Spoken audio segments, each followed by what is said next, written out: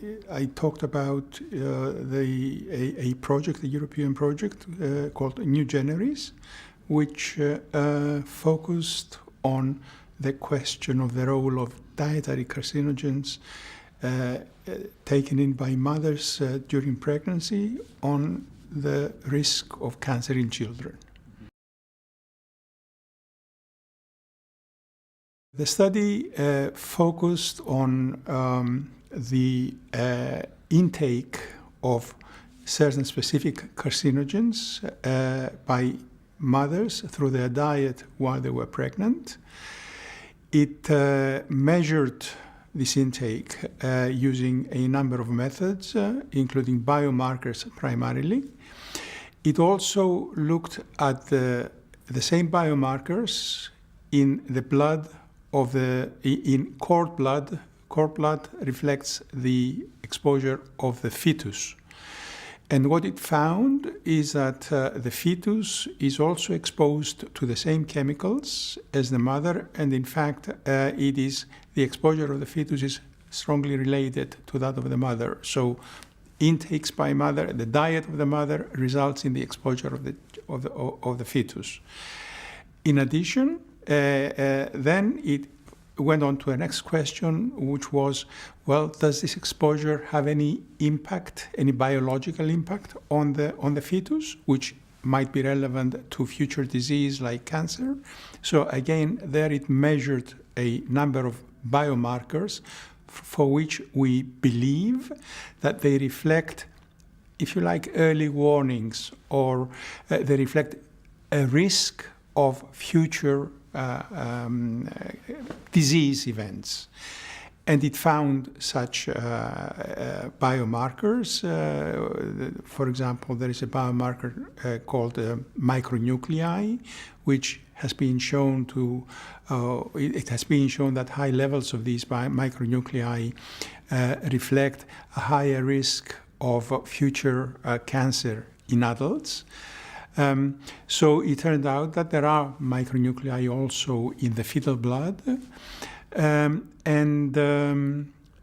he tried to see whether the frequency of these micronuclei, in other words, this, the level of this risk biomarker is related to the exposure to the chemicals that I spoke about before.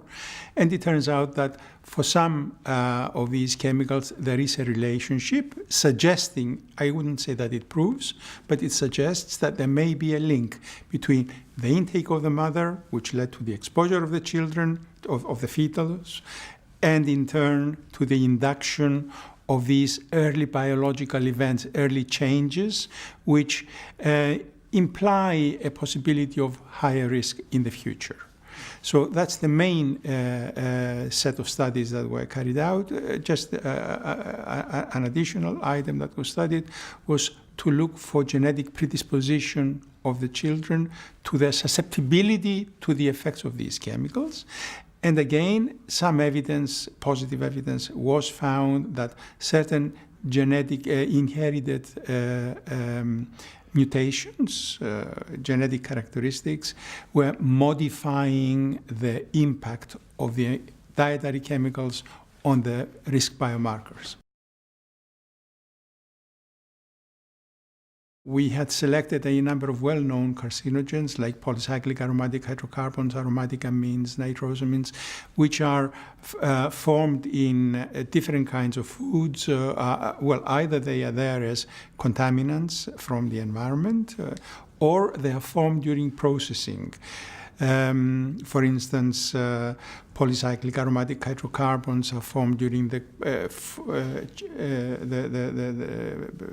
cooking of foods, meats and fish and so on. Aromatic amines, similarly.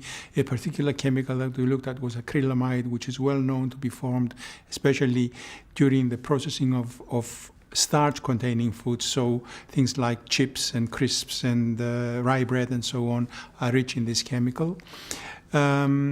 So yes, and when we measured the exposures in different people. By the way, we had participants from a number of European countries, ranging from across the whole of Europe, from Northern Europe, Norway, all the way down to Greece. We could also relate the level of exposure to the consumption of different kinds of foods, because we had detailed information on the dietary habits of the mothers. Okay, so we could certainly correlate the level of exposure to particular kinds of foods. Well, I wouldn't want to give the impression that the project proved links between particular chemicals and dietary chemicals and the causation of cancer in children. It certainly generated evidence which can lead us to further studies, and it certainly showed that dietary exposure of the mothers can kick off changes in the children, which could reflect future risks. I would say that perhaps one of the most important things that we have noticed is the very large variation in the levels of exposure between different individuals. Even within the same country, the range of exposure is very large, which implies that if we are concerned about the chemical, then it is possible to modulate the diet in order to reduce exposure. And I think that in the context of a preventive precautionary approach, that could easily be done and should be encouraged. Just giving as an example, reducing the consumption of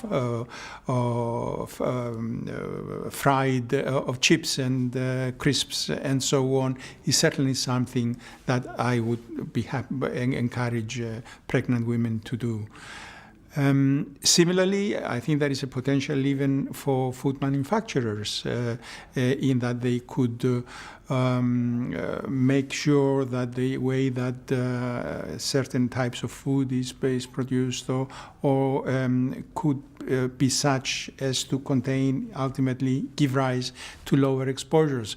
Again, speaking about the example of the acrylamide, which is generated during the frying of potatoes, there are now new breeds of potatoes which actually contain less of the chemicals that gives rise to acrylamides. So that would also be a possible approach.